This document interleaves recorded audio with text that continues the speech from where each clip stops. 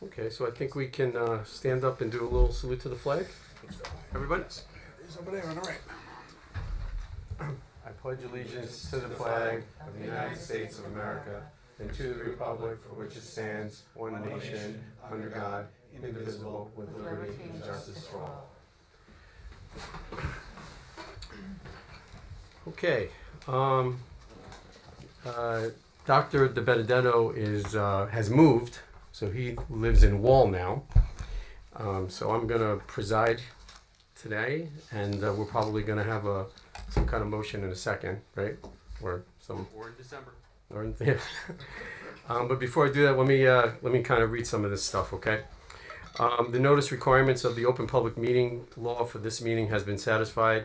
A copy of the notice having been sent to the Asbury Park Press, News 12, and the Coaster, and filed in the office of the Township Clerk on July 26, 2023.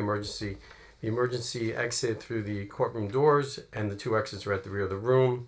No cases will be started after 10:30 p.m. and no new testimony taken after 11 p.m. All meetings will be videoed and audio taped and shown on the Township of Ocean Community Cable Channel, Channel 22 on Verizon, Fios, and Channel 77 on Cablevision. All cells must be turned off, or if you need to make a call, please make your call outside the meeting room. So before we kind of get into this, so first I just want to say a couple of things. One is I do want to kind of recognize my Dr. De Benedetto, my friend Joe, who has served on the planning board for a great number of years. And this last, I think, year or two has been the chairman of the board. And he's done a great job in kind of keeping us on course. And of course, we wish him the best. But he won't be on this board kind of going forward. So just want to thank him for that. And the other is today, this is Ron's last meeting with us as the planning board. So I have his home address and cell number so we can...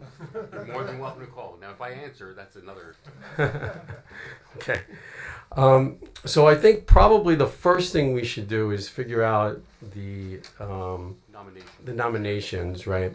So I guess for Chairman, anybody like to make a nomination? I'd like to make a nomination for Jeff Weinstein to be chairman of the planning board.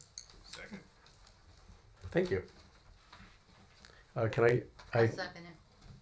any comment? Anybody want to say anything? Oh, I've got a lot of comments. So can we have a vote on that? Yes. Yes. Yes. Yes. Yes. Yes. Yes. Yes. Yes. Okay, thank you very much, everybody. Jeff. Thank you. Thanks, everybody out there. Thanks. And now for vice chairman, can I get a nomination? I'll nominate Ed DeFiglia for the vice chair. Got a second? Can I get a roll call now?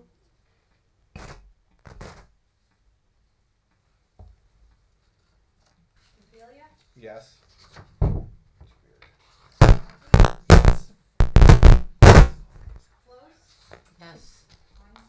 Yes. Yes. Yes. Yes. Yep. Yes. Yes. All right, congratulations, Ed. Thank you, everyone. Okay. So now let's get back to this. So cases carried to December 11, 2023 to be held in the public meeting room, Municipal Building, Deal and Monmouth Road, Oakhurst, the First French Speaking Baptist Church. So we'll carry that until then. Minutes for approval, January 23, 2023, February 27, 2023, March 27, 2003, and April 24, 2023. Can I get a second on that? I'll second. Thank you.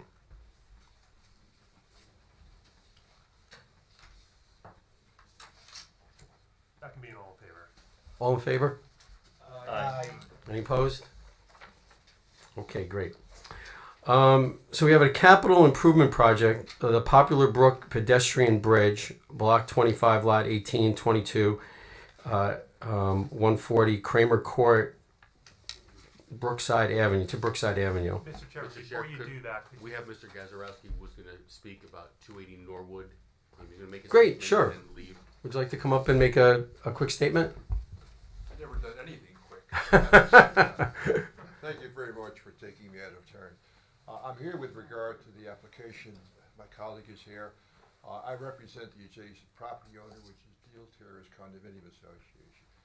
We have come to terms with them, and we have no objection to their application. Having said that, the application stands on its own 2 feet for you to judge, but we are not objecting to it. Oh, great. Thank you. Thank you. Thank you for the statement. Much appreciated. Have a good holiday. Okay, you too. You're on. Okay. Now can we talk about the capital improvement project? Absolutely. Okay, great. Is there any discussion that we want to have about that first? Any background, Mark, you'd like to give on this? There should be Mr. Good is here, I understand, and he's going to present just a basic overview. And this is just basically for the board's understanding of what's happening with this project and for you to offer any advice that you wish. And as long as you find it to be okay, you just vote to send it to council and say that you've reviewed it and you're good with it. Okay, great. Super. Hi. All yours. Just for the record, Matthew Good, Township Attorney. Greg Galash, Township Engineer. Greg, tell us about the bridge. Let me just swear in, Greg. Sir, do you swear any testimony you're about to give will be the truth, the whole truth, nothing but the truth, so help you God? Thank you very much. Good evening. Yeah, we're here tonight to show you a proposal that the township has before us to put a capital improvement project on to put a pedestrian bridge from Brookside to Kramer Court, obviously for pedestrian traffic, so it avoids having people walk all the way out to Monmouth Road, down Monmouth Road to Deal Road back. The main reason that the town is kind of behind this it's been several years since we've been looking at this. There's been several occasions we've had with people cutting through the parking lot and near misses with the police department. As you've noticed over the last couple of years, the police department has put a fence around their compound area, trying to keep people from walking down through the hill there. So this is kind of to alleviate that, because all the pedestrians from Brookside are walking over to Kramer Court. The proposed bridge is going to be a 5-foot wide suspended bridge over the Poplar Brook, and it's going to be suspended across the gray area you see there. That's essentially the wetland area, which we're not going to disturb. The bridge will be over the top of that. And the only restriction, we do have a DEP permit for this already. The only restriction we have is we cannot build it from April 1st through September 1st, because there is a long-eared bat that's an endangered federal species that has habitates in that area. But that's the long and short of it. Okay. Anybody here have any questions that they'd like to ask, or any statements they'd like to make, or? What's the design life for the bridge? It's going to be a steel bridge. It's probably well over 100 years. Anybody else? No? Okay. Do we open this up to the public, or? It's on the agenda. You can open it to the public if you wish. You don't have to. Okay. Would anybody from the public like to make a comment?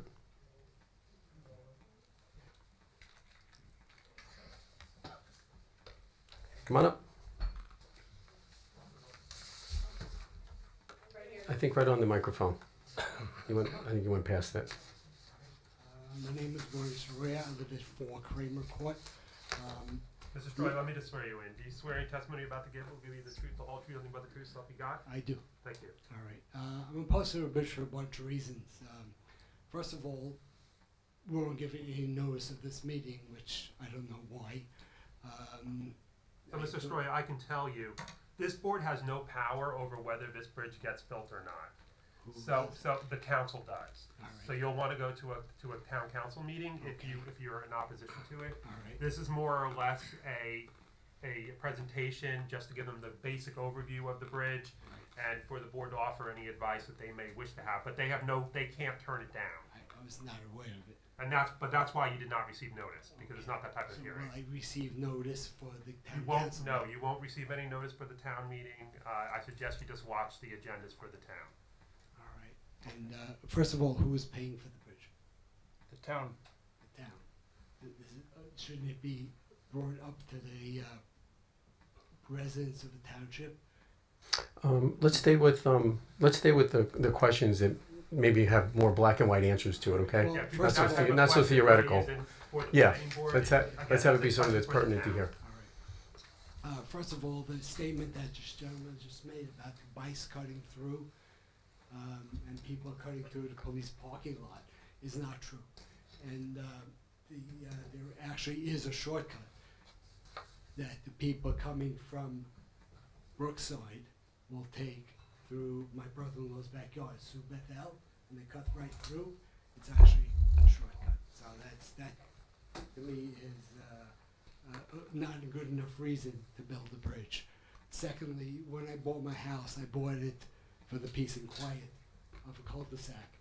And for 60 days a year that the people will have to use a bridge for religious reasons, leave us open to exposure for the other 300 days of anybody walking through and possibly causing problems, especially in today's day with the safety that we have in mind. You don't know what's going to happen. What's Okay. going to come through. So, Mr. Stroya, like I said, this board can't deny this, so these comments that you're making are probably better addressed to the council, All right, so. okay? But thanks for coming up. Okay. Thank you. Mr. Soroy, the next meeting is December 14th, Thursday, 5 PM workshop, 7 PM for the public, so that's your time to come. Thank you, Councilman. Okay, so considering what our attorney says, anybody else have any comments about this? Best to go to the council meeting as Councilman Fisher kind of pointed out. Anything else we want to have for anybody here? Okay, do we want to take a vote on this? Yeah, you just take a vote that you have no recommendations for the council and that you're okay with it. Okay, so I'm going to move for a vote, but we have no recommendations for the council at this point. Is there a second? Can I get a second? I'll second. Thank you. You can do that all. You can do that all in favor. All in favor? One second, please. Aye. I'm sorry. Does Dave have to abstain? No. Nope. You do not have to abstain. You're on the planning board, and you're absolutely entitled to vote. Okay, I think that's it. Thank you very much, Thank you. gentlemen, for your time. Matt? A good on this. Okay, so we're going to hear two new cases. The first one, we okay, everybody? First one is Ani Jack and Victoria, block 20.01, lot 13 and 1501, 128 Adams Avenue, 321 South Lincoln Avenue. The applicant is proposing a lot line adjustment between two lots. A total of 75 square feet will be transferred from existing lot 15.01 to existing lot 13. No other site changes are proposed. I don't think that 75 is correct. 7,500. Mr. Chair. Oh, did I say wrong? Oh, sorry. Can you ask the group to take their conversation outside, please? I think they're on their way. Give them a second. There you go, there you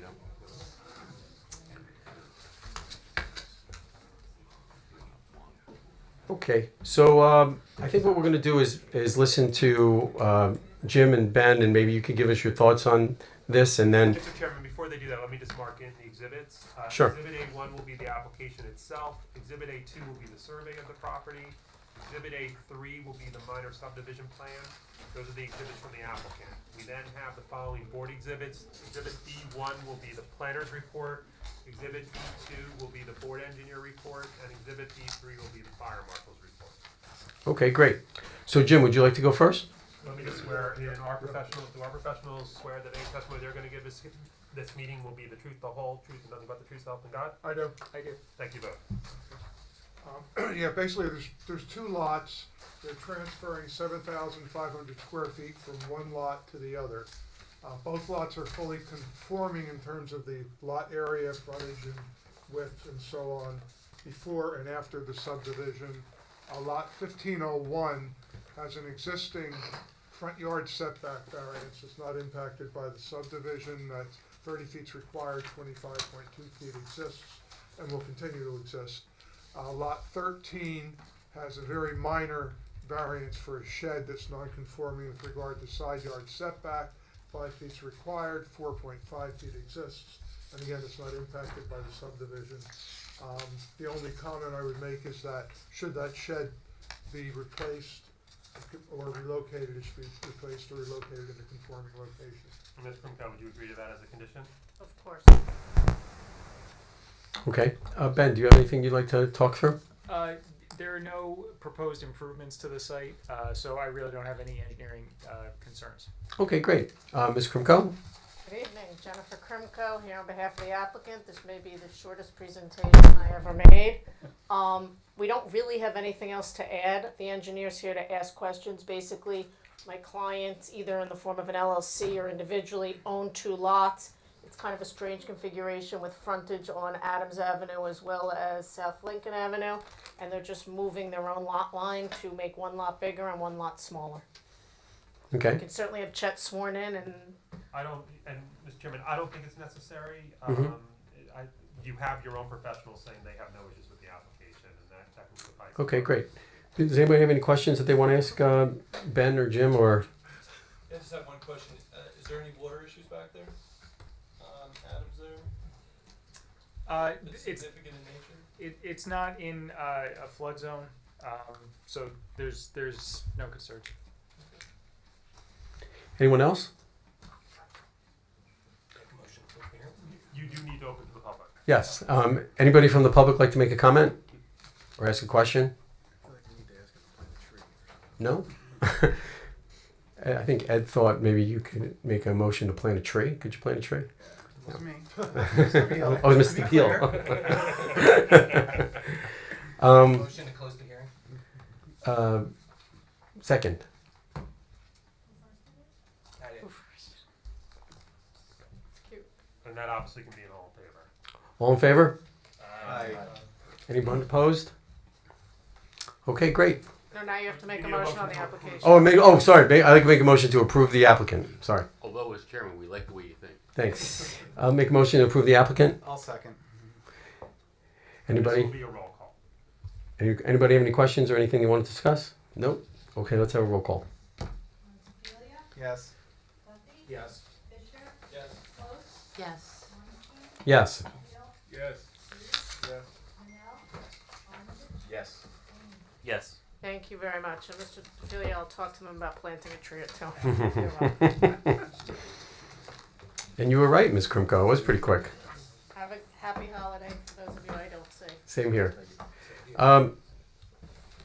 The second case we're going to hear tonight is Haddad, Mr. Chairman. Haddad. Okay, thank you. Management LLC, Block 22, Lot 85 and 8501, 280 Norwood Avenue. Development of the property for a mixed-use building. Variance for off-street parking, loading and unloading, and landscaping requirements. Mr. Chairman, I did review service. Everything is in order, and I have the following exhibits. So Exhibit A1 will be the application itself. Exhibit A2 will be the site plan. Exhibit A3 is the boundary and topographic survey. Then we have the following board exhibits. Exhibit B1 will be the planner report. Exhibit B2 will be the board engineer report. Exhibit B3 will be the code enforcement officer's report. Exhibit B4 will be the public works comments. And then Exhibit B5 are the comments from the environmental committee. Okay.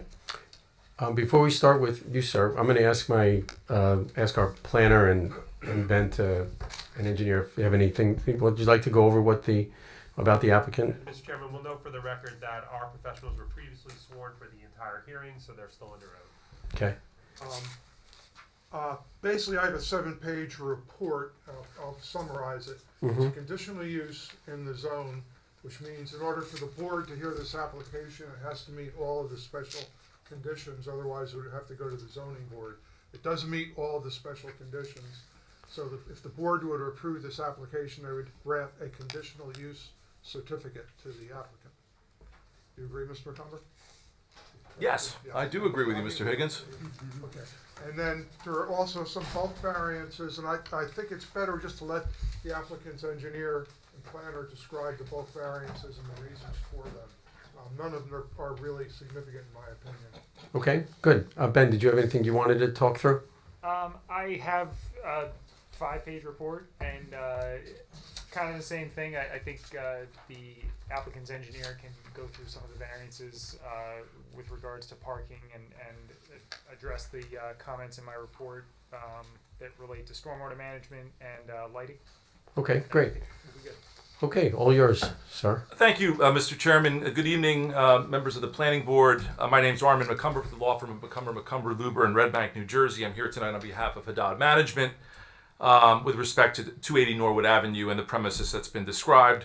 We are seeking preliminary and final site plan approval to construct a brand new building on probably a parcel you know, 280 Norwood. It's going to be 3 stories, approximately 76,000 square feet. And it's going to consist of a mixed-use commercial retail on the first floor, along with some parking and residential units on the second and the third floors. The genesis of this project goes back, I think somewhere like 6 years. This applicant has been working to make sure that we have the best application that we can have. And I think we try to do everything we can to talk to the professionals, the township officials, stakeholders, neighbors, to refine it again and again and again. And this is, I think, the 5th or 6th iteration of this plan. And we think we're here tonight with a plan that really is the best of all possible worlds. It's extremely attractive. It fits into the neighborhood. The density is and everything is well within your ordinance. FAR is met, all setbacks, the height requirement, density, and there's more than enough parking. So, the intent of the ordinance is met in its entirety, and it's been scaled back to a point where we think it's going to fit well in the community. And it's really going to be an attractive landmark building. There are a number of variances we require. I think, as your professionals have noted, they are de minimis. All of the major requirements are met. There's a few parking issues, a couple of minor variances, which Mr. Fichter will go through, which again, we think they're de minimis, and we think we more than meet the standard to grant those variances. I have only 2 witnesses tonight. I won't be as brief as Ms. Krimko, but hopefully relatively brief. Mr. Fichter of Insight Engineering, who's both my engineer and my planner, and he's going to testify to the site plan issues and all the planning issues. We also have Antonio Scalisi of Parallel Architecture, who's of course a licensed architect, and he's going to testify as to what the building's going to look like on Norwood. And finally, Franco Rausio of Haddad Management, the applicant's here.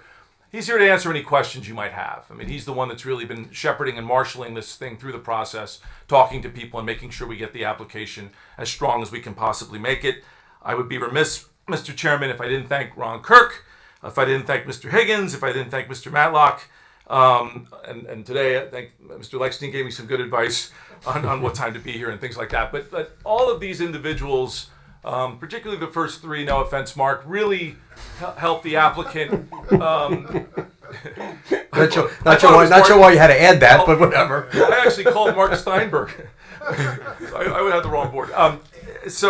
But Mark was great to me. But they've met with us again and again and again, and to make sure that again we have the strongest application and the most probability of making everybody as happy as we can make them, and in a way that's going to make the town happy. So we thank Ron. Farewell. Have a great retirement. Thank you for being here for this last meeting.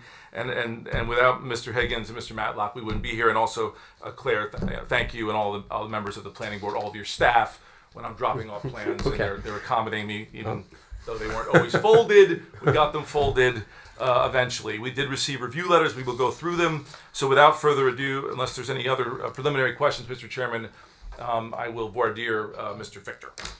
Okay. So, sir, do you swear any testimony you're going to give this evening will be the truth, the whole truth, nothing but the truth, self you got? I do. And would you state your name for the record? Yes, Jason Fichter. And you are a licensed planner and licensed engineer in the state of New Jersey? Yes. All right, Mr. McCumber, he's been voir dire. He's fine. You can Thank you. with the testimony. He's qualified? He's qualified. Unless the board has an objection. No. That's Go ahead. That's wonderful. Thank you. I have 2 exhibit handouts. Maybe it makes sense to hand them out now just so you Sure. guys have something to look at while we talk. Sure. Absolutely. So, look. I'm gonna take 2. Now, just out of curiosity, we have a list of variances and designer waivers. Is that what you're going to go through right I'm now? gonna go through everything. Okay, great. I want to try and paint a picture for you of what's being proposed from a technical side, and then I'm gonna roll right into the plan and give you all the variances and the proofs for them. Super. Normally, I would do engineering, defer to the architect, come back for planning, but all the planning variances are really just related to site, nothing to do with the building. So I'll do all of my testimony, and then Mr. Scalise will come up and give you kind of a picture of what's going on with the building. Okay. That's the plan of attack.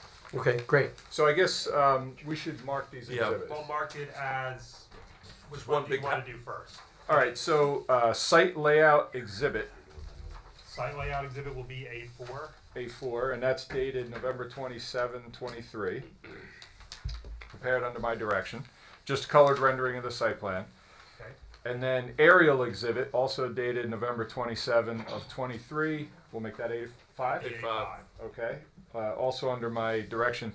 All that is the site exhibit from A4 overlaid onto an aerial of the neighborhood with the county's records of tax map lots. And the bluish, I think it's cyan technically, but the bluish perimeter around the site, that's 200 feet from the site. That's always the magical area for planning. So we put that on there.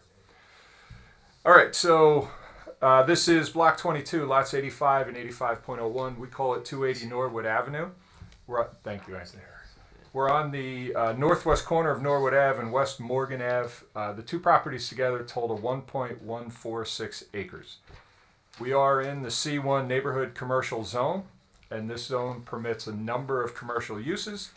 But as Mr. Higgins stated, there's also a conditional use that's permitted in this zone called the mixed use inclusionary development. This permits mixed-use development with residential developments, and that must include both market rate and affordable units in the same building, and that's what we're presenting to you tonight. So again, the existing site was a vacant single-story building. It fronted Norwood. There was a large surface parking lot in the rear, and it was accessed by two driveways from West Morgan Avenue. That building was vacant and it reached the end of its serviceable life, so the applicant decided it was time to take it down, which he figured would look better in the interim while this application was going on. The neighborhood development pattern is very mixed. To our north, we have commercial development. To our south, we have commercial development on Norwood. And then on West Morgan to our south, there's residential homes. To our west is a townhouse development, and that's directly between the applicant's property and the township sewer treatment plant. And then across Norwood to our east is a single-family residential neighborhood. So the applicant's proposing a new mixed-use building. It's 3 stories high and 39 feet, both of which are conforming to your ordinance. The retail space will have 7,000 square feet on the ground level, and then there will be 28 residential units above. Mr. McCumber mentioned the iterations of this project over the past 6 years. 28 units was one of the hot buttons. It started at 40 and gradually came down, and now we're at 28. I'm not aware of any specific tenants for the commercial space, but I would imagine hours of operation would be typical of any retail operation in the area. And as stated, this building within the 28 units will provide the affordable units that are required by your ordinance, which I believe is 5 units, and I think that's in Mr. Higgins' letter. Mm-hmm. Building is going to front Norwood, so that's kind of the focus. The front of the building will be on Norwood, which I think makes a lot of sense, but since it's going to be visible on all sides, the architect made sure that all 4 elevations of the building will have nice aesthetic appeal, and you'll see that when he testifies.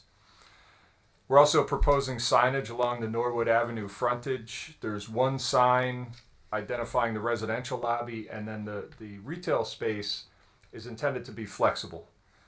Your ordinance permits 1 facade sign per business per frontage.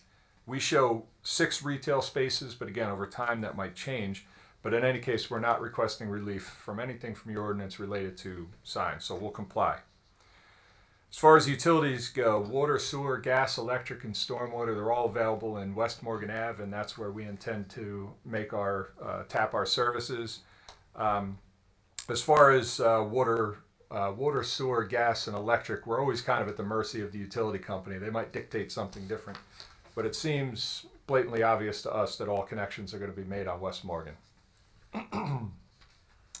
For stormwater, your ordinance defines this project as major development because we're proposing to disturb more than 1 acre of land. The existing site drains both toward Norwood and toward West Morgan Ave, which is convenient. It doesn't drain to neighboring properties. That's very helpful. And then ultimately, once the runoff gets into the streets, it all drains to an inlet in West Morgan Ave, and we're proposing to maintain that same drainage pattern. So as you know, the requirements for major development are very strict. and I can make a sweeping comment to say we comply with them all. We have a underground stormwater system that reduces runoff rates from the property, again, to that same inlet in West Morgan Ave. It'll just be at slower rates. Runoff water quality is also improved significantly because we're almost completely eliminating motor vehicle surfaces, which is where one of the biggest offenders of stormwater runoff quality. We accomplished this by putting the parking lot under the building, and that's a great strategy for improving stormwater runoff quality. The perimeter of the property drains to inlets through grassed swales, which is also a nice feature to improve water quality. In terms of circulation, again, we're maintaining the 2 driveways on West Morgan Ave. We are reconstructing them, but only to make them compliant with your ordinance. They're essentially in the same locations. Mm-hmm. They provide very straight circulation, very straightforward circulation through the site for vehicles. We're not proposing a driveway on Norwood, and that's good news, because by accessing West Morgan Ave, that gives all vehicles to and from the site the ability to use the 3-way intersection at Norwood and West Morgan. Norwood happens to be a state highway. It's Route 71, as you know, and the DOT much prefers to avoid access points along state highways, so they're going to prefer to see the access from West Morgan as well. For parking, your ordinance requires 69 parking spaces for this project. We're proposing 76, which is nice. We're able to provide some additional parking. We're also providing the 3 required ADA spaces. We're also providing the 12 required electric vehicle parking stations. Your ordinance requires 1 loading zone for commercial and industrial buildings that are up to 25,000 square feet.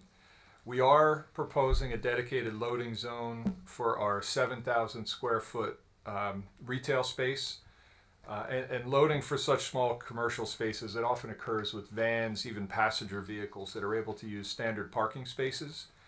And the loading operation for those kind of uses is typically very quick. If for some reason a larger truck is required, I would expect it would be a single unit truck as opposed to a tractor trailer. That's just too big of a truck for the small retail space that we have. And the loading space that we provided on the site plan here will accommodate those box trucks, the single unit trucks. What we've been seeing over the past number of recent years is a common design solution for refuse for mixed use buildings of this scale is to provide immediate access from the street for the hauler to access the refuse. So that's what we're proposing here, is to locate refuse along West Morgan Ave. It's enclosed, it won't be seen by the public, and when the hauler arrives, they simply roll up the doors and collect the refuse. Commercial tenants will bring their refuse down into that, or I shouldn't say down, they're already down. They'll bring it over to the refuse room, and residents have access to trash chutes on each floor, so they don't have to come down into the parking area. For lighting, in the pre-existing condition, before everything was demolished, there were 9 light poles throughout the rear parking lot. What we're proposing is interior lights, since our parking is now covered. So that's an improvement for the neighborhood. We have 15 ceiling mounted lights within that covered parking area, and we have 6 wall mounted lights along Norwood and West Morgan for the sidewalks and driveways, which is important.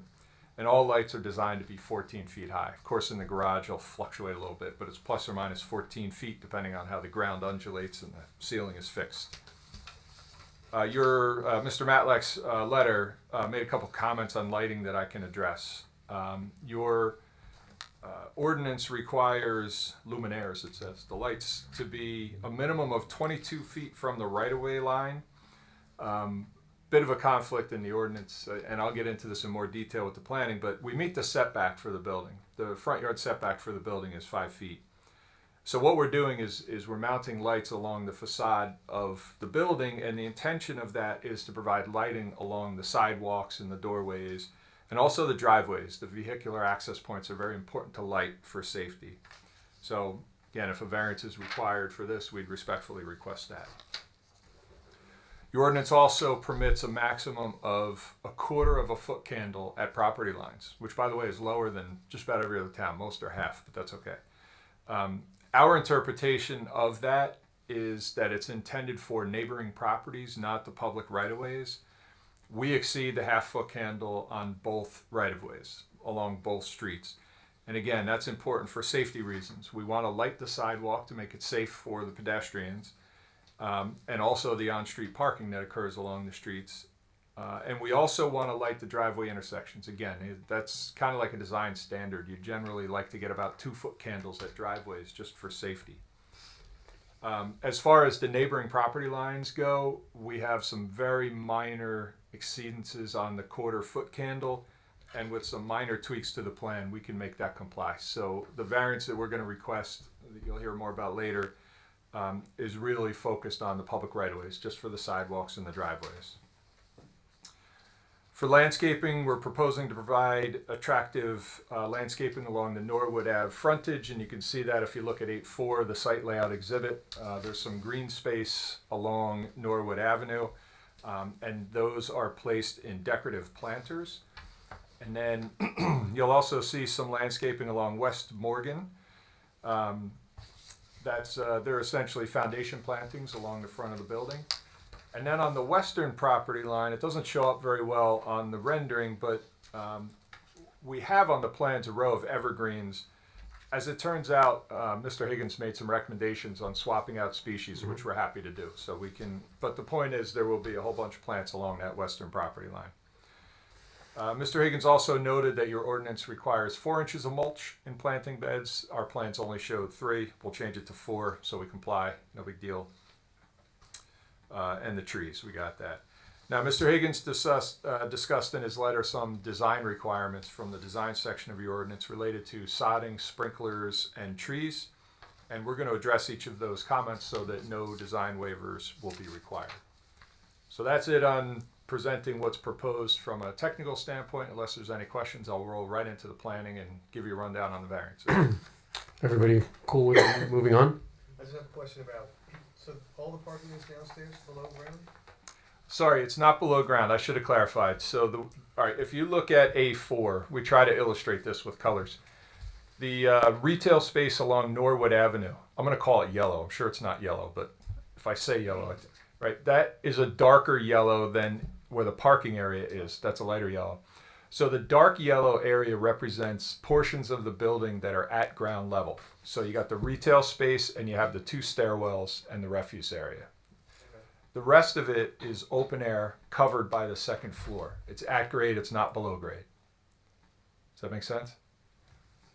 Yeah, so what, a car that's parked in that lot is what level compared to the sidewalk? It's on same level. Ground Same level. level, yeah. Okay. It doesn't go up or down. It's same levels. Does that alleviate the stormwater? Why is that better for stormwater? Because you said that. Yeah, so the way the DEP breaks down, when you look at major developments, one of the criteria is stormwater quality. They want to make sure that runoff is clean when it gets to the streams. And what the DEP does is they break it down into different areas. And the most offensive area they call motor vehicle surfaces because oils drip out of the car and all that kind of stuff. So when you park under a building, you're not exposed to rain to have those oils run downstream and all that kind of stuff. Yeah, so that's a great thing. I think we could go on. I Yep. just have a quick question. Sure, go ahead, Jim. This has 5 affordable units in it. Do you know whether those units will be rental or for sale? And the reason I'm asking that for the board is that because they're affordable units, the township gets different credits for rental or for sale units. For sale. They're for sale. They're for sale. I believe those would be for sale. Okay. Okay. We'll take the attorney's word for it. Okay. Yep. I heard somebody. Yeah. Those are the voices in your head. Exactly. Okay. Good for planning? So are we good to move on? Everybody? Okay, thank you. All right, so we have a few variances related to parking. I'm kind of grouping them together because they're all kind of related. The first one is the minimum parking stall size. Your ordinance requires 10 by 18. We're proposing 9 by 18, and I believe that this variance can be supported under the C2 criteria. You guys all know that. C2 is flexible, better planning alternative. C1 is the hardship, and I'll differentiate those as I go. Hold on. So, Jim, any problem with that? No. Okay. No. I think he has to give his reasons why, but I agree it would be C2, not C1. Okay. Okay, so 9 by 18, again, that's what we're proposing. Your ordinance calls for 10 by 18. 9 by 18, just for reference, is the most common size of parking space that I see statewide. And I always use this as a gauge. One of the highest turnover parking lots you can think of is a 7-Eleven. Cars are constantly in and out. You want to make sure it's safe and there's plenty of space. 9 by 18 all over the state. So if a 7-Eleven can support a 9 by 18, this application, which will have much less turnover, and residents that are very accustomed to accessing these parking spaces, I think that's totally appropriate. Mr. Higgins also said something interesting in his letter, and I totally agree. Parking garages, this isn't a garage, so to speak, but it's the same kind of thing. They typically have even smaller spaces, and one of the reasons for that is you get into urban sprawl and too much impervious and you tighten things up. But really, one of the biggest things is when you have residents in a building like this, like I said, they're accustomed to getting into their space. They're able to do it. It's not a new person all day, every day. So 9 by 18 is what we're proposing. Next one is minimum landscape island width. You require 10 feet. We have kind of varying islands. They're not landscaped. The smallest one we have is 2.6 feet. I think this can be supported under both the C1 and the C2. First of all, landscaping is not really possible under a building, nor is it really necessary.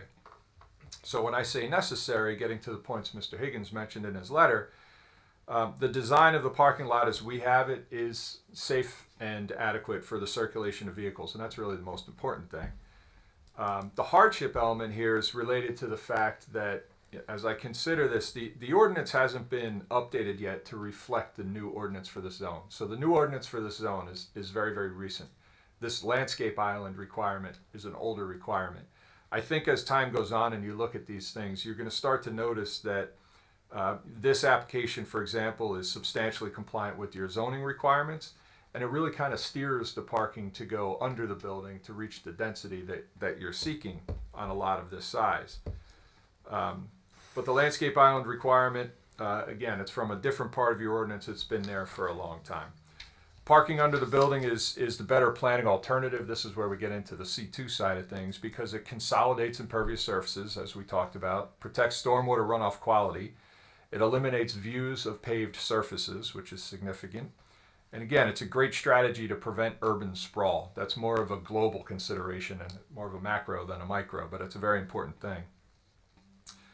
Your ordinance permits one curb cut per property, and we have two, both existing and proposed. Again, this is the existing driveways. We're reconstructing them to meet the standards of your ordinance, and we're keeping them in the same spot. I believe this can be supported under both C1 and C2 as well. The hardship is related to the fact that there are two curb cuts today that we're merely seeking to continue. The design is a better planning alternative because keeping the two curb cuts and reconstructing them to the dimensions that are required by your ordinance allows for safer and more comfortable circulation through the parking lot. It's also worth noting, as you can see clearly on A5, the aerial exhibit, that West Morgan Ave is a small dead-end street, and accordingly it'll have minimal traffic. Next variance, location of the curb cut. The single curb cut, again, that's your ordinance dictates, should be in the middle third of the frontage. And I believe this can be supported under C1 and C2 as well. The location of one of our driveways is not within the middle third. It's in the western portion of the West Morgan frontage. The hardship, again, is related to maintaining and reconstructing the existing driveway. And again, it also enables us to provide better circulation throughout the parking lot. Curb cuts, your ordinance requires curb cuts to be on the street of higher classification, whereas the curb cuts that we have on West Morgan are on the lower classification. So I'm sure that this ordinance was written considering neighborhood streets and side streets, but in this case, Norwood is a state highway. And again, the DOT is going to prefer access from West Morgan in order to avoid access points on Norwood, and it's much safer that way. I think it's better for everybody. So I don't think it's actually necessary to go through every single one of these variances. And I think the overall concept is that you feel that this is a better design the way it's been designed, and that these are all de minimis variances. I mean, if I heard you correctly before. That's kind of the gist of it. conclusion of Yeah, everything. Yes. Yeah, well, I appreciate he's going through it. I guess I just want to take a pause here for a second. So one of the things that both of you said was that you wanted to hear his remarks on these things. So the remarks that he was making, are those things satisfactory to what you guys were thinking? Yeah, as far as I'm concerned, yes. Okay. No, have it. Hang on for a second, okay? Yeah, thanks. Does anybody? So since we finished the off this part section, does anybody have any questions that they want to ask? I got a couple questions. So how many parking spots per unit are we looking at? I believe your ordinance is, I want to say it's 1.25 per unit. Yes, 1.25 per unit for 1 and 2 bedrooms, and 1.75 per unit for 3 bedrooms. Can you just say those numbers again? 1.25 per unit required for 1 and 2 bedrooms. 1.75 per unit required for 3 bedrooms. And you meet those because you have more than enough parking. Correct. If I have guests over, overflow parking, gonna park in the back there? So the parking requirements generally include that. There's a fraction of a space per unit typically that includes that. There's also on-street parking in the neighborhood, but yeah. I mean, and that question comes up all the time for properties like this. It's built in, should be fine. But you also have to recognize that if you are a resident in one of these units and you live there, you know how it operates. And if somebody's supposed to host a Super Bowl party, you know if you're the right person for that or not. You're not going to do that. Are the commercial parking in that same lot? Correct. Mm-hmm. So do you mind me asking a question? Go ahead, I have it. Okay. So there's no assigned parking, right? None of the spaces are assigned to a apartment or at all. We haven't gotten into that. That's a possibility. We know how many parking spaces your ordinance requires for the commercial and the residential, so we'll make sure they're accommodated. At some point, assignments to the residential units may come into play. They go in the back, so the commercial has quick access to the retail units, but we don't show that as of now. Okay. So just to kind of expand on Dave's point, so where would you park if it was an overflow? Like where would the parking go? Well, that's the thing. So if you were to assign spaces, you would typically only do 1 per unit. That's going to leave excess spaces for guests. You also have retail spaces that are likely to operate during standard retail hours. So your peak uses are going to offset. So for example, if you're going to have people over for dinner, the retail places may be closed, opening up parking spots for guests. And again, you also have on-street parking in the neighborhood, part of which is provided by this project. We're cleaning up some on-street parking along both frontages. So I'm not familiar. The on-street parking is where? Is it along West Morgan Avenue? Is that allowable or is that not allowable? It is allowable. We show 2 spaces on West Morgan. If you look at A4, you can see them 2 delineated. spaces, right? And then there's 8 on Norwood. Right. So yes, we can certainly say there's not an abundance of on-street parking, right? There's not an abundance of. I don't know. That's a relative term. Just so the board understands, the parking requirements in this ordinance were established as part of the township settlement for the affordable housing lawsuit that was involved.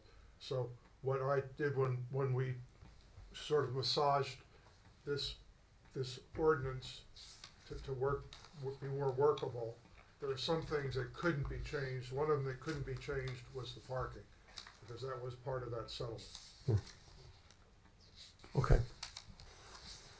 Well, I guess the one thing, just you were first saying that if it's a retail establishment, it was probably open up during the day, but there's no restriction that it would be up during the day, right? No, but it's very common for mixed-use buildings like this to have that offset peak. the residents generally leave during the day for work or whatever is going on. The retail space is open, has the highest demand, and then at night the retail starts to shut down, gets less busy. People come home, they have visitors, so it's very common. There's actually a whole thing on parking in America. Yeah. I understand. Yeah, I guess we're all kind of sensitive maybe to what happens in the summertime, and what that overflow looks like, and what happens to all the action that might be going around in that area, right? Jim, Mr. Chairman, on that point, you said the units are all going to be for sale, correct? That's correct. Is there going to be a condo association established or some sort? I mean, how's it going to I work? would certainly think so. And are the retail establishments going to be part of that association, which I would assume they would be? I don't know that we've gotten that far. That might make some sense. I think it's the only way you can do it. But yeah. So that's that there's one group that, and you can work it out to however you do the master deed to make sure that. I mean, usually I see it where the rights are different for the residential units versus the commercial units, but I think it's the only way it works out. If you're selling everything off. I don't know that the commercial, and this is something we need to talk about. I'm not sure that the retail commercial spaces. I'm not sure they would be sold off. That might be rented. I don't know. Okay, well, they might be rented, but it would still be part of a condominium because you want one board running the complex. Yeah, I'm not sure we've progressed that far. I could certainly discuss it with my client and address that. All right, I would recommend that board because I think you're going to have a situation otherwise where you have residential units owned by one group and another group owning the retail. And if the repairs need to be done to the building, you're going to have a problem. So the only way that it works is if they're all working under the same umbrella of an association. There's inescapable logic there. I just want to clarify that. Okay. I mean, I would suggest it as a condition, frankly, to tell you the truth. Okay. Because it's the only way it works. I could understand that. I just want to make sure that's okay with my client. Okay. Is he here? Yeah, of course he's here. Yeah. It's Well, fine. It's the right way to do it. Okay. Okay. Thank you. So that would be my recommendation. Okay, good. Okay. The way we would do it anyway. okay. Well, Okay. I just.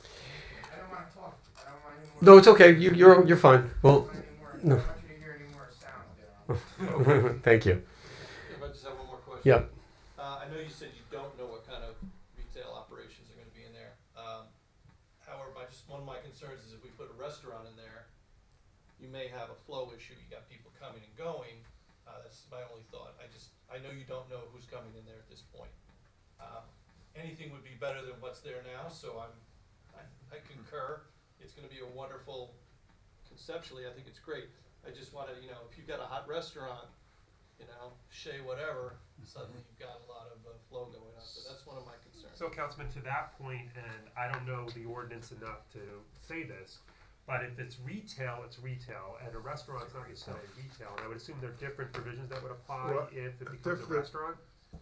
There would be different parking requirements. No, actually, no. With the way this is structured, even if it's a restaurant, the It is parking what would it be is. the same. Yeah, Everything's the yeah, same. Yeah, Okay, so then yeah, that was, yeah. Just from a starting standpoint, I'm talking to the attorney. So, is there an intent that it will stay as retail and not as a restaurant? Is that the initial intent? I'm not gonna allow restaurants. Okay. Well, apparently, we're not going to allow restaurants, Mr. Chairman. Would you agree then to a condition that no restaurants? And if you want, you can come back because it would be appropriate to come back anyway for a site plan review if you decide to put a restaurant in. I mean, you always can come back and ask for that. Okay, no restaurants. No, Okay, so no restaurant will be in the. without coming back for. Without coming back. You always can come back. Okay. I don't care what we say, you always can come back. So. You might want to pull another chair up for the individual in the back. I mean, I don't know. Oh, me. I don't know what you're talking about. Okay. All right. So look, there was only on the list of variances and design waivers, there's only 2 other items left. So why don't we just talk through those quickly and then is that okay? Yeah, particularly I think just a little bit on the landscaping. I think I'd like to hear him just might as well finish the list if that's all right. Okay, so let's finish the list of these two things. Yeah. Okay. Let's see. Where were we? We're on loading and unloading. Yep, loading. Okay, so, all right, your ordinance requires loading spaces to be 14 feet wide, 55 feet long, 15 feet high. We meet that except for the length. We show it at 42.7 feet. We agree with the comment in Mr. Higgins' letter that the size of the loading area meets the needs of this proposed development. In other words, it's smaller spaces. Okay. We were talking about that before. So, and, I was going to say, I think this can be supported under both the C1 and the C2. I gave you the C2, the C1. Again, I think there's a relationship between the new ordinance and the old ordinance that'll get reconciled over time. So I think that's the hardship there. Landscaping, that's next. So C1 and C2, minimum side and rear landscaped area. 10 feet is required, where a portion of the proposed 10-foot landscape area is reduced to almost 0 feet. Looking at A4, it's the top of the plan toward the right, or that would be the northwestish corner of the property. You see where the property line jogs. The driveway encroaches into that 10-foot landscape area. There is a hardship element here because of the unique shape of the lot. It has that odd jog, and also the front and rear property lines converge on each other as you head north. The total area of encroachment in that 10-foot landscape area is 215 square feet. The total landscape area required for the entire project is about 3,800 square feet, so it's minimal. The encroaching material it's a ground surface, it's pavement, and it's going to have little to no visibility from the neighbor's property, so this is a de minimis variance. And we also have those trees and shrubs along that property line too, so the visibility is really minimal. Okay, so you guys cool with this? Okay, all right. So I think we're good with this part. Good with that one? Okay, anybody have any questions about this? Yeah. One more point, this is a question for Ron. So this affect our affordable housing, builder's remedy, anything like that? They will have to comply with our affordable housing. Okay. And they're giving 5 units. Okay. They're giving 5 units, and part of the conditional use requirements specify how they have to comply with the affordable housing. Okay, Ed, did you have something you Yeah, want? I got questions. Oh, sure, That's part of sure. that. So is that all been run by the attorney? They do understand the project is moving forward. Okay. Yes. So everyone's on board. Yes. Yes. Great. Okay, Ed, did you have something you want to? Yeah, so I got a lot of car-centric questions, but I have a transportation question. How far is the nearest mass transit bus stop, train stop? That's a good question. I don't know the answer, but I bet it's not far. I would imagine there are a few there on Norwood. Okay, but you don't know for I don't know. No, for sure. Okay. I'm betting on it though. And then my other one is for Ben. Ben, how far is this from the flood zone? Because I know there's one in that general vicinity. I don't know the distance from the flood zone, but I know that the site is not in a flood zone. Okay. So then, and a follow-up question, and I defer to our attorney if we can ask this, in the severe flooding that we had back in September that exceeded all of our flood zones, how did this site fare? Do we know? I don't. Flooded at all? Was That it- I don't know. We do not know. So I will say this, I'm derailing a little bit here, but to your point, that was a massive rainfall in September. When we engineers design sites, especially, it becomes more significant when they're larger. We have to design to the 100-year storm, which is 9 inches of rain in 24 hours, which is biblical stuff.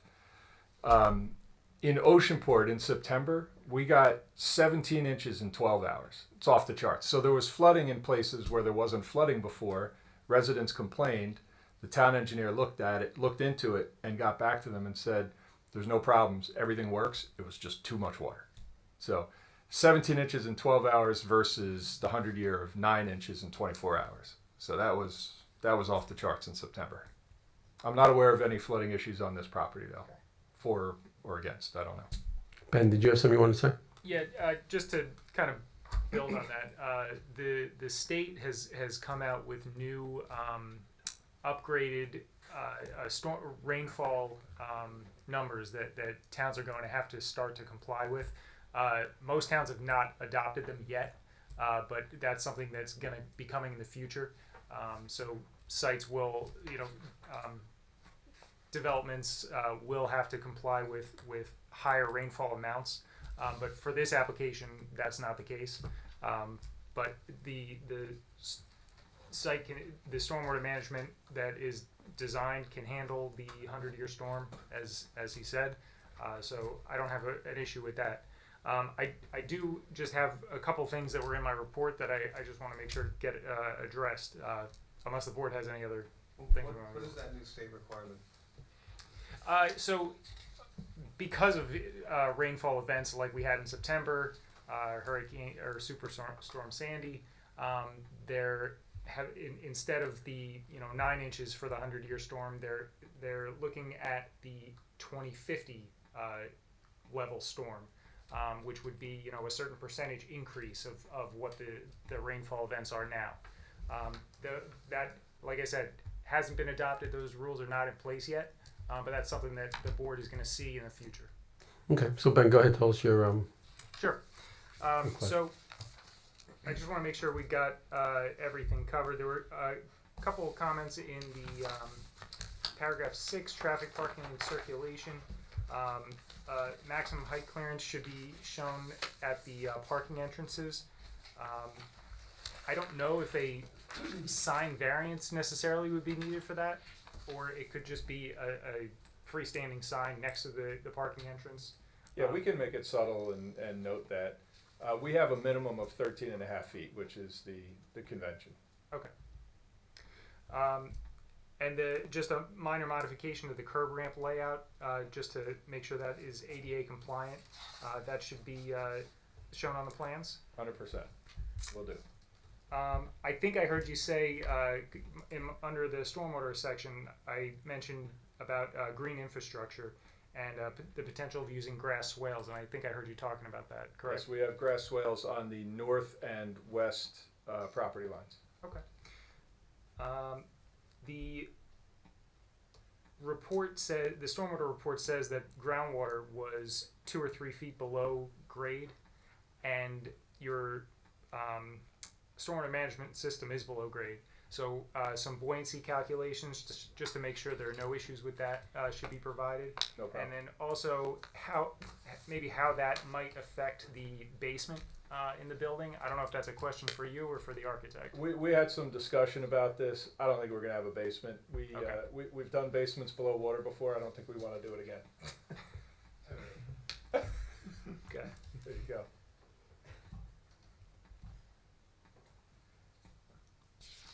And that is everything in my report. Great, super. Anybody else for anything right now?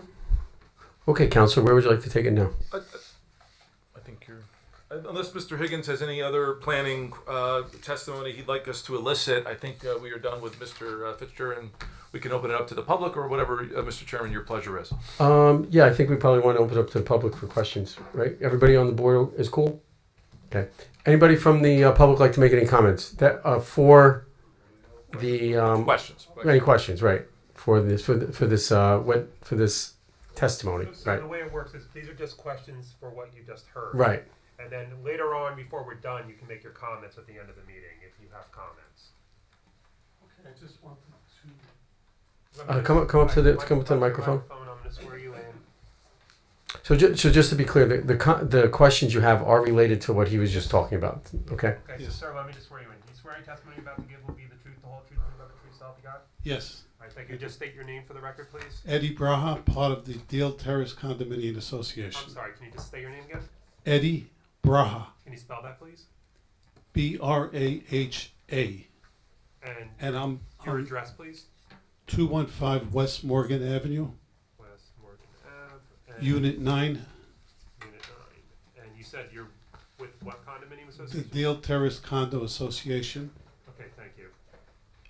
We're the ones on the west side of the property. Okay. So we just wanted to verify that we're not opposing anything because that's what the attorney agreed upon. But we do have some concerns on the building structure behind the new complex of 280 Norwood. We want to make sure that it's set 10 feet back from our property line. That's including the parking lot. So we've had some discussions, and to clarify, there's two different things we're talking about. So if you look at A4 on the western side property line, the one that jogs and is adjacent to the townhomes, there's two setback requirements. The most significant one is the required setback to the building itself. That's required to be 10 feet. For the 3/4-ish of the property line closest to West Morgan, we far exceed the 10 feet. When the property line jogs in for the last quarter-ish of that adjacent adjoining property line, The building is set back 10.9 feet where 10 is required. So it complies, the building is there. I know Mr. Braha had a concern when he read the notice that the landscape area, I'll explain in a second, he thought the building was almost 0 feet from the property line. Not the case, confirming now. The other requirement is the 10-foot landscape area that I talked about. So from that western property line, your ordinance requires a 10-foot wide landscaped area. That could be as basic as grass. And that's why I testified earlier about that setback.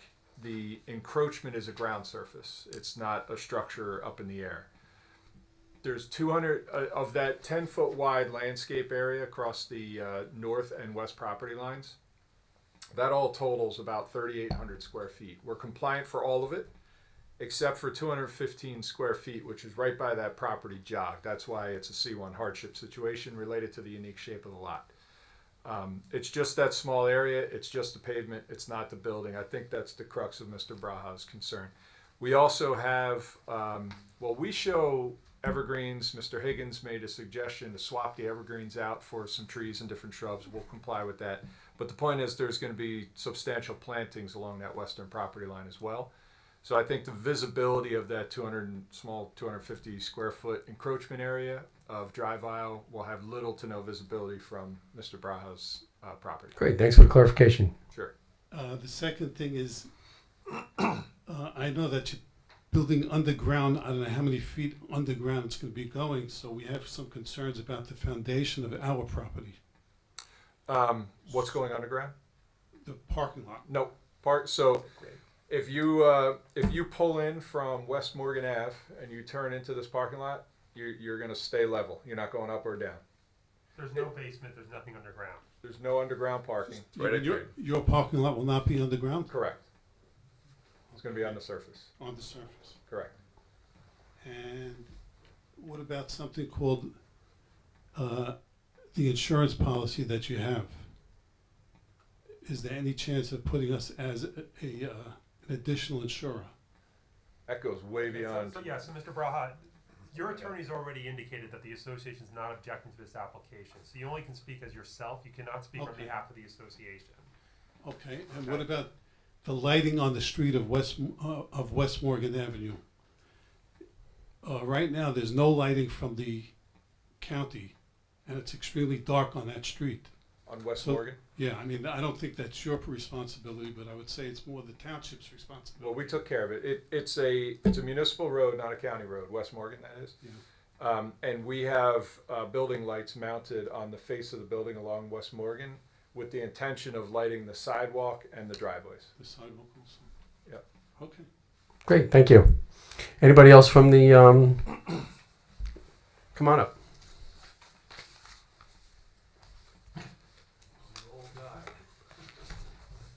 Take your time.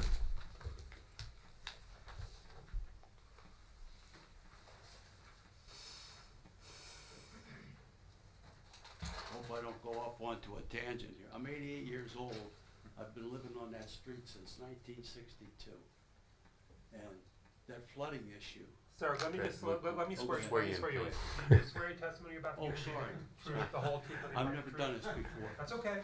Very few people have. Do you swear in testimony you're about to give will be the truth, the whole truth, nothing but the truth, so help you God? Yes. May I just state your name for the record? Richard Cero, C-E-R-O.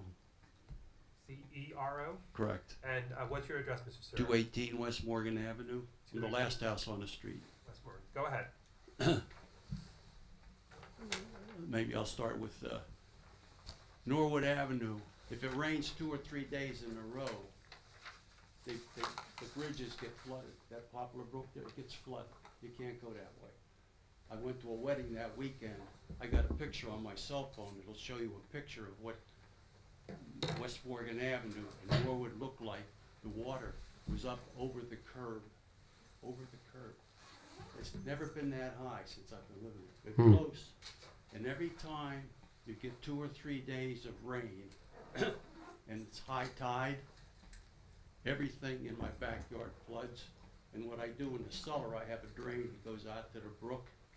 I have to stick a blanket in there because the water level gets above the... Well, Mr. Cero, did you want to talk to Oh, What- yeah, I don't know who I'm talking to. You have no, Oh, I'm sorry.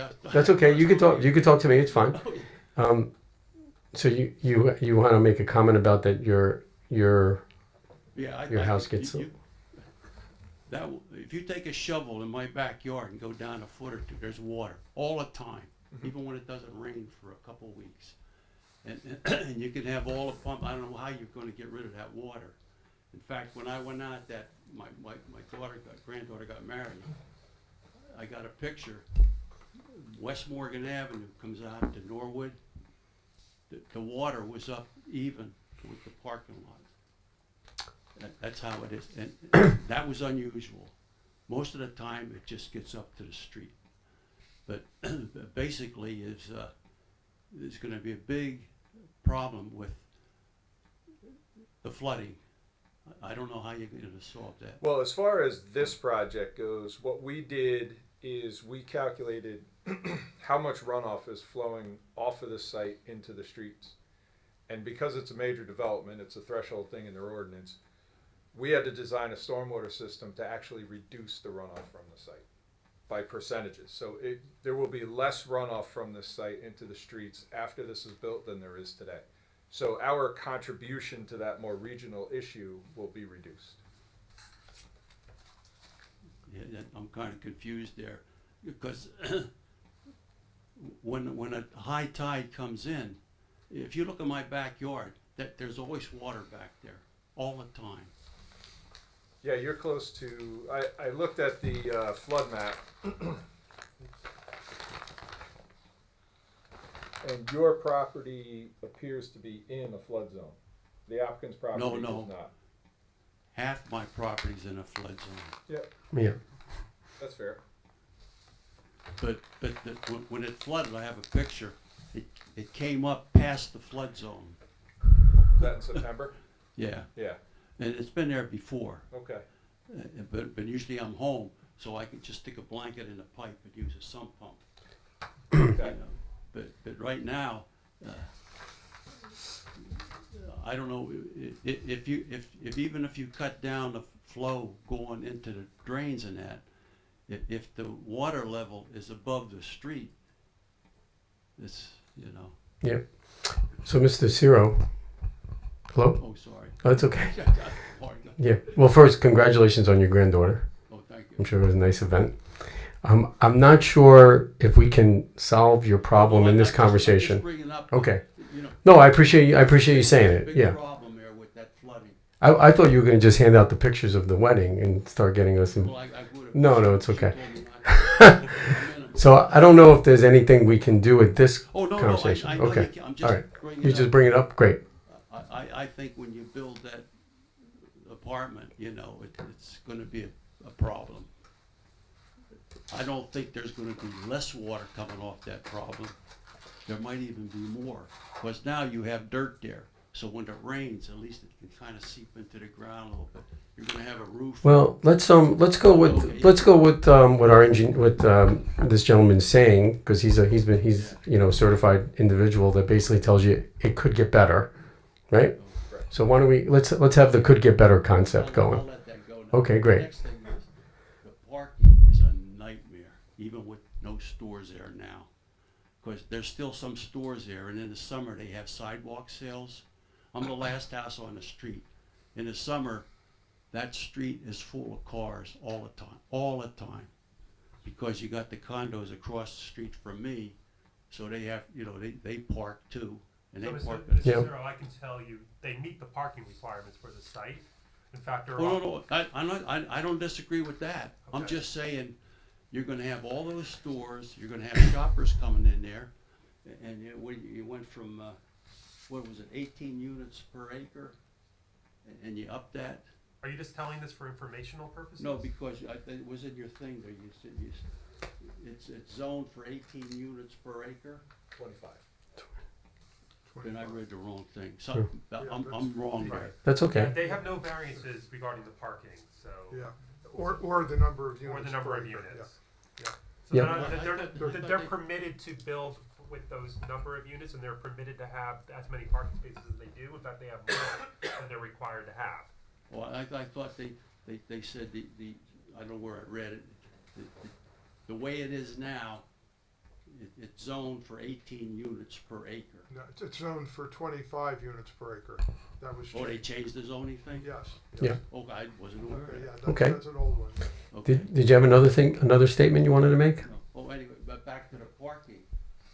Well, I think we understand that the volume of parking might be a challenge. Oh, it's a big. But I think it's already been established that the guidelines have been set on how we're figuring out parking. So I know it's all done, okay. you know, but I'm just telling Yeah, you. okay. Great. There's parking on both sides of the street. Mm-hmm. And there's times I can't get out of my street because cars are coming in and you can't get two cars through, somebody's gotta back up. Mm. And that's a real problem. And when the stores are there, and they have those sidewalk sales, forget it. There's more accidents on that corner, and nothing's built yet. Talk about July and August. Let's Oh, yeah, not. the Yeah, summer. let's. It's the summer. Yeah, let's just stay. Yeah, let's. Yeah. So let's. I think we have to. If you have another point, I think that would be good because I think we already recognize what you were saying. There's gonna be a nightmare with traffic, but Mm. parking. Not maybe in your unit, but there's gonna be in that surrounding area. Okay. You know, on the street. And, well, the lights that, for some reason, Jersey's, they took a light off, pole down. I thought they were putting new LEDs in or something. Hmm. So I don't know if that's one of the reasons. I called them up. But that was, but that's it. Okay. Well, thank you. Thank you. Thank you very much. And congratulations again. Thank you. Oh, I got pictures of my kids when they were small in a rowboat back there. Oh. And nobody believed that I had water back there like a lake, and until I showed them. I'm sure that would be good part of a good montage. I'm sure that's part of a good montage. I'll show you the picture of the street. Thank you. Thanks for your questions. Anybody else from the audience have any questions? No? Okay. Did you want to have somebody else? Yes, Mr. Chairman, with your permission, just briefly, Antonio Scalise is here from Parallel Architecture Group, just to give you an idea of what the building's going to look like. Okay. It won't take. No, that's okay. I think everybody here wouldn't mind seeing what it's going to look like. Did work on it, you know. I don't need to say anything. I'm good.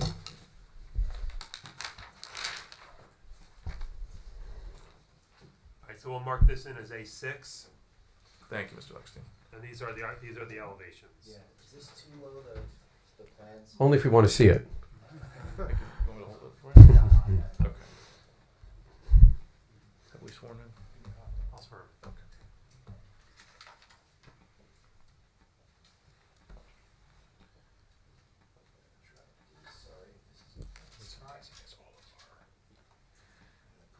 Yeah.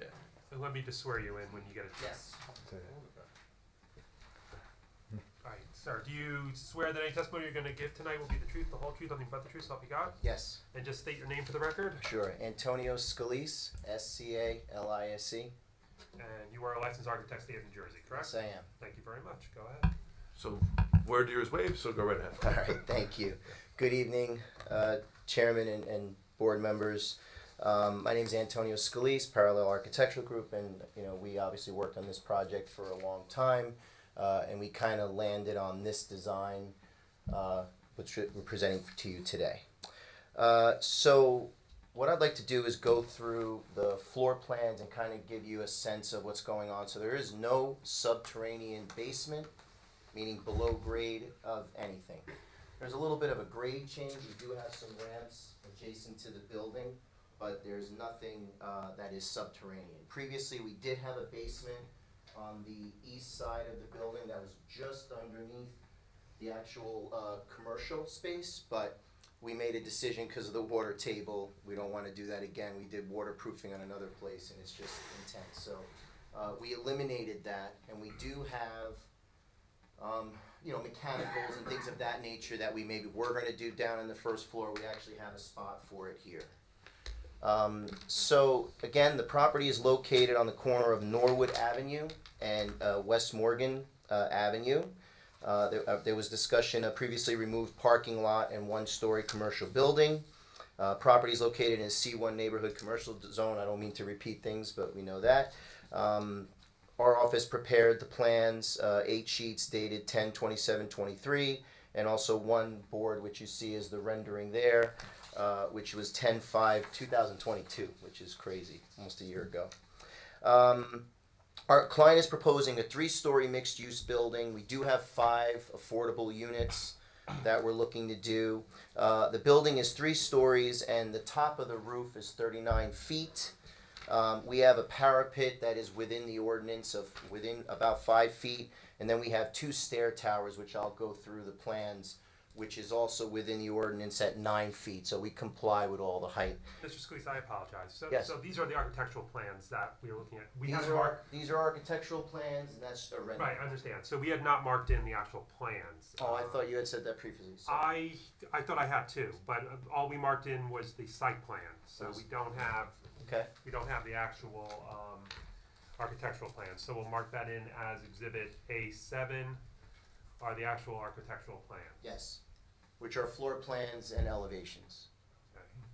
And that was dated 10/27/23. 10/27/23. Yes, sir. Thank you. I Prepared by appreciate my office. Got it. All right, so we do comply. So the other thing with the roof area, just to touch upon it, you have to be within 10% of any elements that are coming beyond the 39-foot roof height, and we're well under it. We just have 2 stair towers that are going above that height, but the footprint of those are within the 10%, so we comply. So getting to the plan. So the ground floor plan consists of 2 retail spaces, and again, it's set to the east side of the property. One retail area is approximately 4,000 square feet. The other retail area is approximately 29, almost 3,000 square feet. We have an elevator lobby. We have a mechanical room. We have stairs. Very typical things in that area. We have a bathroom.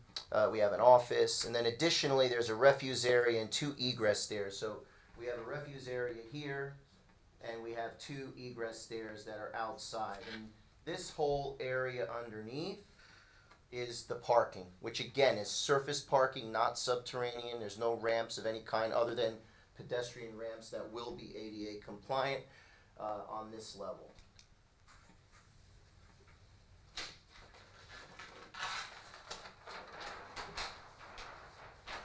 On the second floor, we have 14 residential units that are essentially around the perimeter of the building that all have views outside towards the east, the north, the south, the west. And then we have 2 units that are, I'm calling them internal units, but this area here is the pool level. So we have a pool internal, like not in the building, but exposed to air. We have a pool deck level where 2 units are facing that. We basically have 4 1-bedroom units that are approximately 800 square feet plus or minus. We have 4 2-bedroom units, which are about 1,800, and we have 6 3-bedroom units, approximately 1,700 to 2,600 on this floor, and they're all sporadic. They're all typical layouts. They all have, they meet the light and air requirements, so living spaces have a view outside as well as the bedrooms have views and windows outside. There's approximately a 1,200 square foot gym area. We have bathrooms and a 1,600 foot lounge area. So this is the gym here. These are bathrooms and like a small locker area, if you will. And then this is the lounge area. And that's on the second floor. Third floor is essentially a repeat of the second floor. So this X that you see here, to be clear, is open to air, right? So this is the 3rd floor level. So these 2 units, again, there's perimeter units, and then there's 2 internal units, and these are the only units that view towards the west, if you will, towards that courtyard. On the 3rd floor, again, we have 14 residential units with 2 facing the interior, as I stated.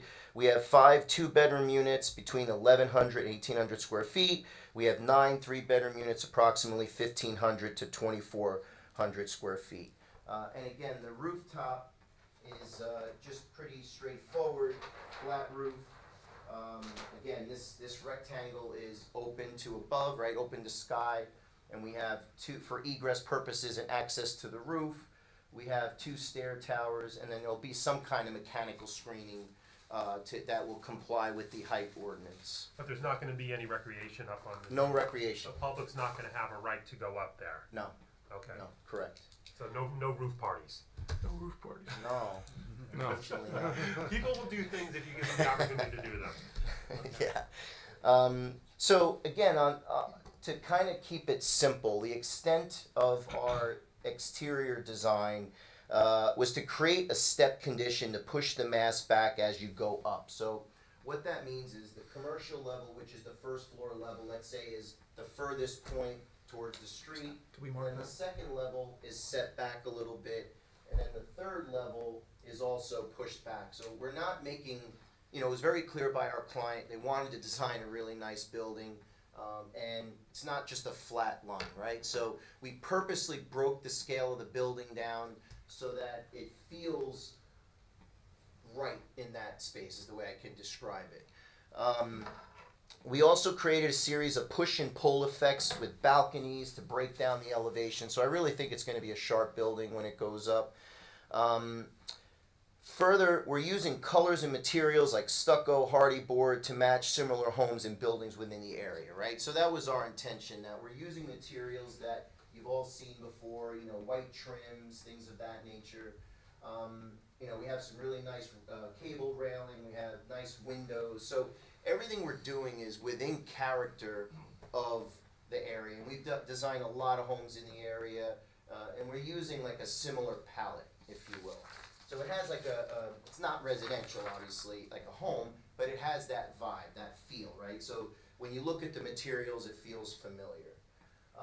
There was a question about signage, and we do have a couple of signs on the building. There's the main sign of what I would say is the entrance when you come in. There's a little bit of, we're not sure about how many tenants we're talking about, so when we broke up the space, it's hard to see that on the rendering, but right now we broke up 2 retail spaces, right? Because it seemed like that's the way to go, but there's a possibility that the spaces get broken up, maybe at least into 2 smaller spaces, right? So not knowing that, I guess, I don't know, as long as we comply with signage. Like right now we're showing 4 potential tenant signs, but I think in reality it's going to be 3 on Norwood, so I don't know how's the best way to handle that if, as long as we comply with the 10%. If you comply, the zoning ordinance will give you a zoning permit. Okay, so I think I'm confident we're going to comply. We're not, sorry? The zoning officer. Yeah, I don't think we're doing anything crazy. We're going to do some really nice lighting. I know, our client's going to do this building right. He always does the right thing, and I know he's going to put some good materials together. Okay. So I think for the most part, I think that's pretty much my testimony, unless anybody has any questions. Yes, Mr. Chairman, any questions from the board or professionals? Anyone, first, do you guys have anything you want to add or talk I to? just think he's a much better architect than he is a Vanna White. Is that a compliment or not a compliment? I couldn't really tell. Ben, I don't have anything else to add. okay. Anybody here on? I thought I heard 7 retail spaces. Did I hear 7 or missed? No. Jason said 6 It was before. 3 or 4. Yeah, but Just added those 2 up. Anybody else have anything that they want to ask? Yep. Just a quick question. And all residents are going to have equal access to the amenities? Oh yeah, absolutely, of course. That being, of course, a reference to the affordable housing. Right. Yeah. Oh yes, and there are 5 affordable housing units, but the idea is that they get mixed in with, you don't put them all in one spot. There's different units basically meant for them. Mm-hmm. Okay. The answer is yes. They will have access to all the accommodations. Yes. Anyone else? Are there any sustainable or green features for the building itself, like energy efficiency or Definitely beyond minimum code? So there'll be some versions of it, whether it's through HVAC systems, but we haven't really developed it yet to that level. But I know we'll be introducing as much as we can, yes. But I can't say for sure how much of that. Okay. Does the public have anybody from the public have any questions for this individual? No? Okay. All right. I don't have any other witnesses, Mr. Chairman. I do have my client here. If there's any specific questions of him, he can certainly be sworn in and testify, but I have no more affirmative witnesses. Okay, great. Let me ask my board. Anything you guys want to talk through? No? Okay. Anybody on the board like to make a motion? I make a motion to approve. Okay, so a motion's been made to approve the applicant, and I would say that Make a motion to close. Close first. I close the hearing, right? Can I get a second? I'll second. All in favor? Aye. Okay. So now we'd like to make. Want to do it again? Sure. I'll make a motion to approve the app. Okay. So we're going to make a motion to approve the applicant per some of the things that Mark was asking about the HOV and all that kind of stuff, right? Okay. We need a second. I'll second. Great. I think we do a roll call.